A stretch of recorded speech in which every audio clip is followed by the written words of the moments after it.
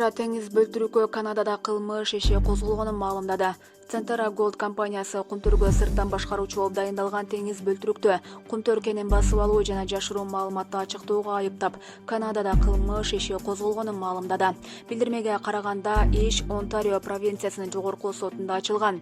Центра бөлтүрүк Кыргыз Алтын мамлекеттик ишканасынын директорлор кеңешинин мүчөсү жана акционери экенин айтып, компанияга жетекчилик кылышына тыюу салууга аракет көрүүдө. Бизге жеткен маалыматтар боюнча, теңиз бөлтүрүк директорлор кеңешинен кете электе Кыргыз өкмөтү жана башка тараптар менен алтын кенди басып алуу планы боюнча сүйлөшүүлөрдү жүргүзгөн. Бул көп жылдык инвестициялык келишимди бузууга алып келет.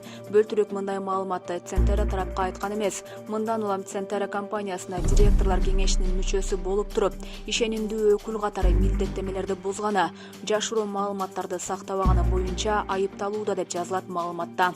Булак Спутник KG. Бишкекте ооруканада ДЦП менен ооруган 6 жаштагы бала сабалда. Бишкекте аутизмди жеңебиз KG борборунун кызматкери ДЦП менен жабыркаган баланы сабады. Бул тууралуу Ассоль Молдокматова Facebook баракчасына жарыялады. Мага Назгүл аттуу аял кайрылды. Анын 6 жаштагы баласы ДЦП оорусу менен ооруйт. Алар бул борборго калууна келтирүү үчүн барышкан. Апасынын айтымында 17 майда ал баласын дефектологдун кабыл алуусунда алып келген жана андан кийин ал өзүн жаман сезип ыйлап баштаган. Апасы видео тасмага алууга өтүнүч келтирип, баланы сабап салгандыгы аныкталды деп жазган ал. Булак 7-канал. Жолдошум мени дайыма сабайт, ал баңгизатын колдонот. Арабка турмушка чыккан кыргыз кызы жардам сурады. Сауд Аравиясында жашаган кыргызстандык аял жардам сурайт. Видео социалдык тармактарга жарыяланды. Видеодо аял өзүнүн аты Асель Дуванаева экендигин айтат. Жолдошум мени дайыма сабайт, ал баңгизатын колдонот. Менин 4 балам бар, мен аны менен ажырашкым келет. Мага жардам бериңизчи. Учурда жолдошум бардык документтерди жана байланыш каражаттарын алып кетти. Туугандары аны менен эч кандай байланыш алышпайт, дейт аял. Видеонун сүрөттөмөсүндө Асель Дуванаева Сауд Аравиясында жашайт деп айтылат.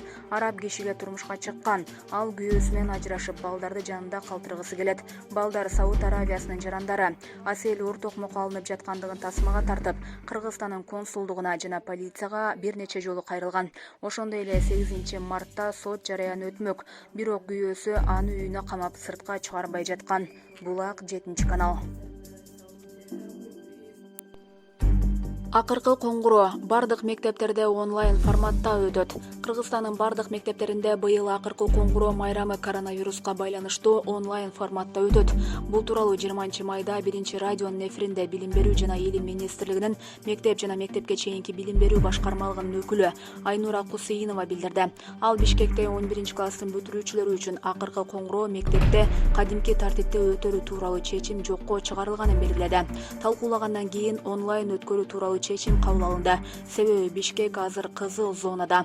Азыр көп адам катышкан иш-чараларга тыюу салынды. Андыктан онлайн гана форматта болот. Азыр республиканын бардык аймактары даярданып жатышат. Ар бир облус өзүнүн куттуктоосун видео түрүндө даярдайт. Ал мамлекеттик телеканалдар аркылуу көрсөтүлөт делди. Окуу жылынын аякташын белгилеген акыркы коңгуроо майрамы 25 майда өтөт.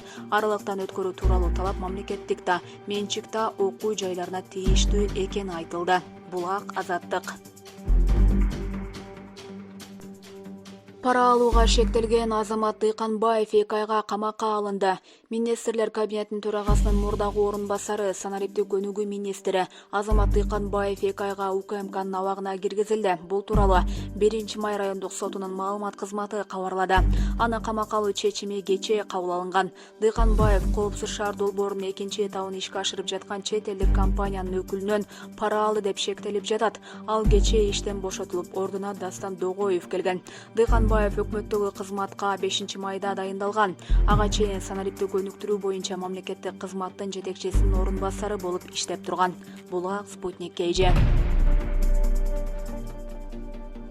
Таласка 19 жаштагы кызды ала качып бараткан эки жигит чүйдөн кармалды. Чүй облусунда кыз ала качып бара жаткан эки жигит кармалды. Бул тууралуу облустук ички иштер башкы башкармалыктын маалымат кызматы билдирди.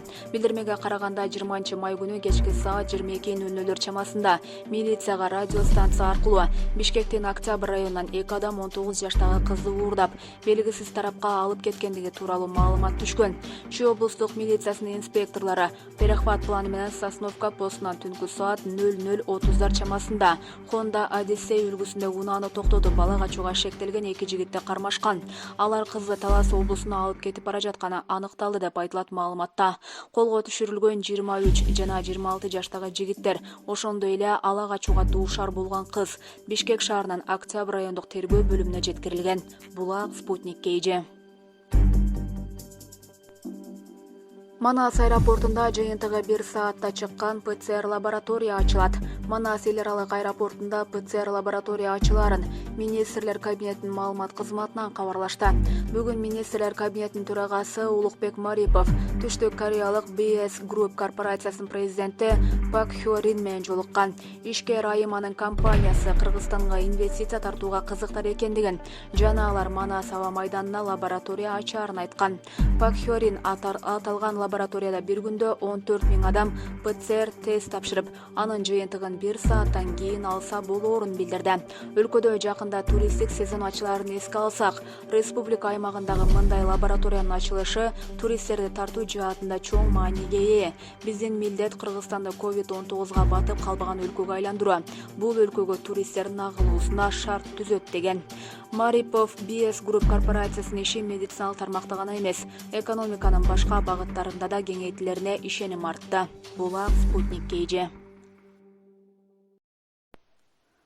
Муфтияттын алдындагы митинг, чогулгандар боз үйдү чечишти. Кыргызстан мусулмандар дин башкармалыгынын имаратынын алдында митинг өткөрүп жаткандар Аалымдар кеңешинин өкүлү менен сүйлөшкөн соң ал жерге тиккен боз үйдү чечишти. Буга чейин 10 киши муфтияттын алдында нааразычылык акциясын өткөрүп, ошол эле жерге боз үй тигишкен.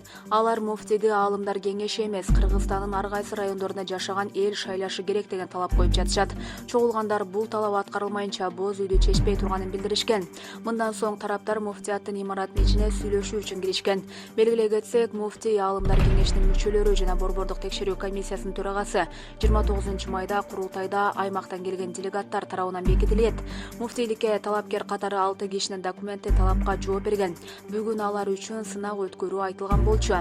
Эске салсак, 10 февралда УКМК Кыргызстан мусулмандарынын дин башкармалыгынын кызматкерлери зыяратчылардан түшкөн акчаны жеке кызыкчылыгы үчүн пайдаланган деп мекеме жетекчилигин айыптаган.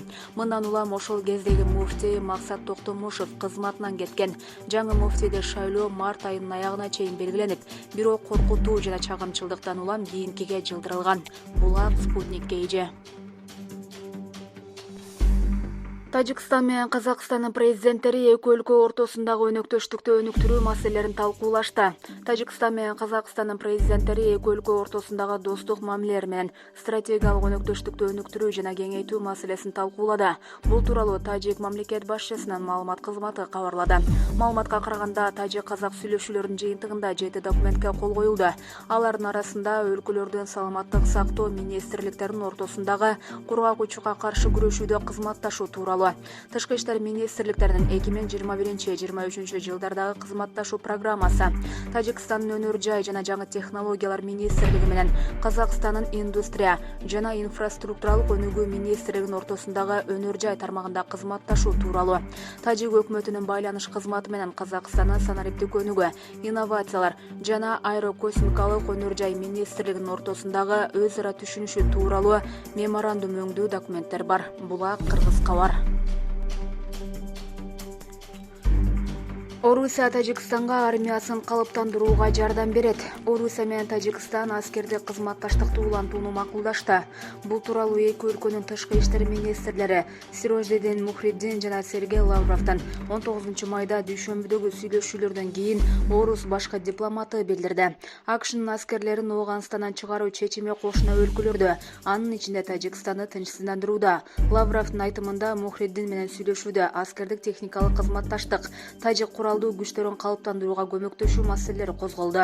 Министр эл аралык террорчулардын Ооганстандын түндүгүндө активдешүүсү тынчсыздануу жаратаарын айтып, Москва терроризмге, экстремизмге жана маңзаат аткезчилигине каршы күрөшүү үчүн дүйшөмбүгө болгон жардамын берүүгө даяр деп белгиледи.